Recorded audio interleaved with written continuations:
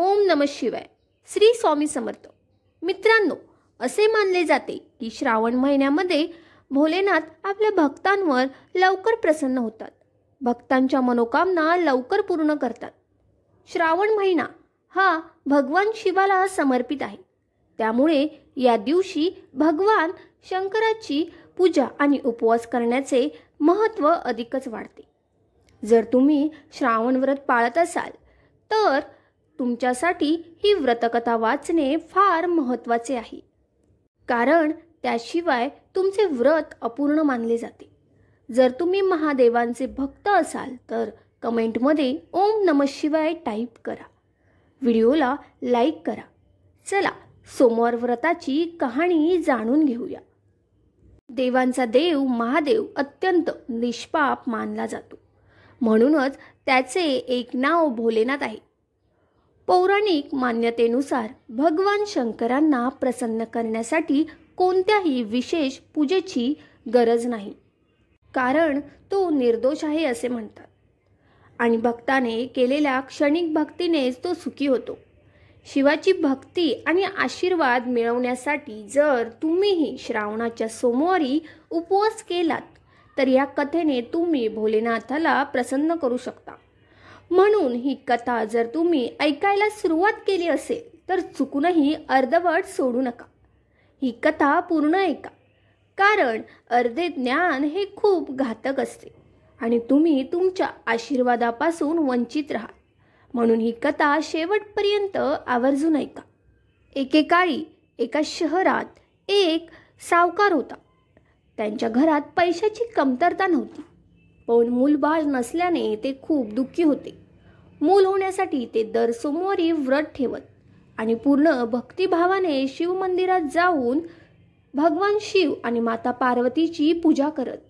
त्यांची भक्ती पाहून एके दिवशी माता पार्वती प्रसन्न झाली आणि त्यांनी भगवान शिवाला सावकाराची इच्छा पूर्ण करण्याची विनंती केली. पार्वतीजींच्या विनंतीवरून भगवान शिव म्हणाले, हे पार्वती, या जगातील प्रत्येक जीवाला त्याच्या कर्माचे फळ मिळते आणि त्याच्या नशिबात जे आहे ते भोगावे लागते. पण सावकाराची भक्ती पाहून पार्वतीजी राजी झाल्या. त्याची इच्छा पूर्ण केली.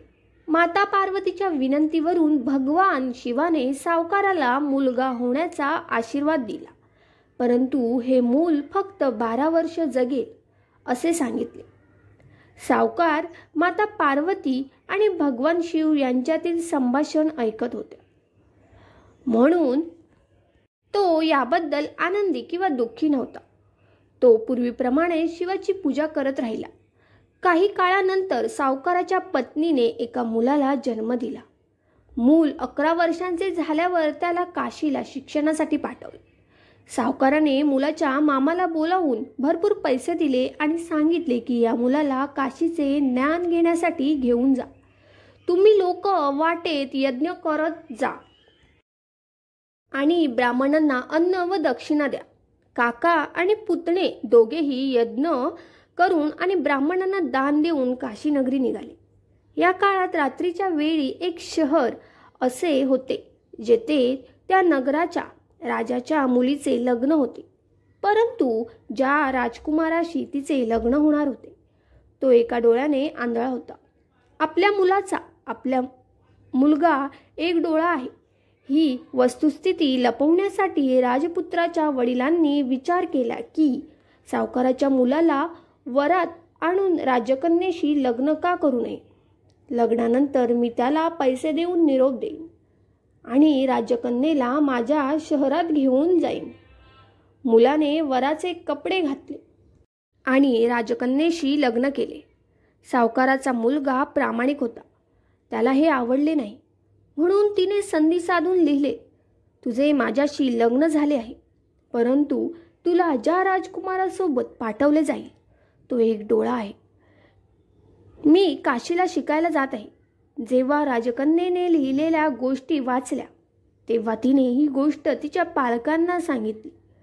राजाने आपल्या मुलीला निरोप दिला नाही आणि मग लग्नाची मिरवणूक परत गेली. दुसरीकडे सावकाराचा मुलगा आणि त्याचे मामा काशीला पोहोचले आणि तेथे यज्ञ केला. ज्या दिवशी मुलगा 12 वर्षांचा झाला त्या दिवशी एक यज्ञ आयोजित केला. त्या मुलाने आपल्या मामाला सांगितले की त्याची तब्येत ठीक नाही. मामा म्हणाले, तू आज जाऊन आराम कर. भगवान शंकराच्या वरदानानुसार अल्पावधीतच बालकाचे निधन झाले. मेलेल्या पुतण्याला पाहून मामावर शोककळा पसरली. योगायोगाने त्याच वेळी भगवान शिव आणि माता पार्वती तेथून जात होते. माता पार्वती भोलेनाथला म्हणाली, स्वामी, त्याचा रडण्याचा आवाज मला सहन होत नाही. तुम्ही या व्यक्तीचे दुःख दूर करा. जेव्हा भगवान शिव मृत मुलाच्या जवळ गेले तेव्हा त्याने सांगितले की हा त्याच सावकाराचा मुलगा आहे ज्याला मी वयाच्या 12 वर्षाचे वरदान दिले होते. आता त्याचे वय पूर्ण झाले आहे. परंतु माता भावनेने भारावून आई पार्वती म्हणाली, हे महादेव, तुम्ही या बालकाला अधिक जीवन द्या, नाहीतर त्याच्या वियोगामुळे त्याचे आई वडील दुःखाने मरतील. माता पार्वतीच्या वारंवार विनंतीवरून भगवान शिवाने मुलाला जिवंत होण्याचा आशीर्वाद दिला. भगवान शंकराच्या कृपेने तो मुलगा जिवंत झाला.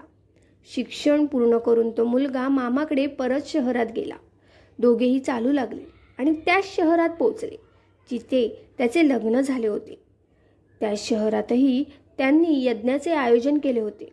मुलाच्या सासरच्यांनी त्याला ओळखले आणि त्याला राजवाड्यात नेले. त्याचे मनोरंजन केले आणि आपल्या मुलीचा निरोप घेतला. इथे सावकार आणि त्याची बायको भुकेने तहानलेल्या मुलाची वाट पाहत होते. आपल्या मुलाच्या मृत्यूची बातमी मिळाल्यास आपण आपला जीवही देऊ अशी शपथ त्यांनी घेतली होती. पण मुलगा जिवंत झाल्याची बातमी मिळाल्याने त्यांना खूप आनंद झाला.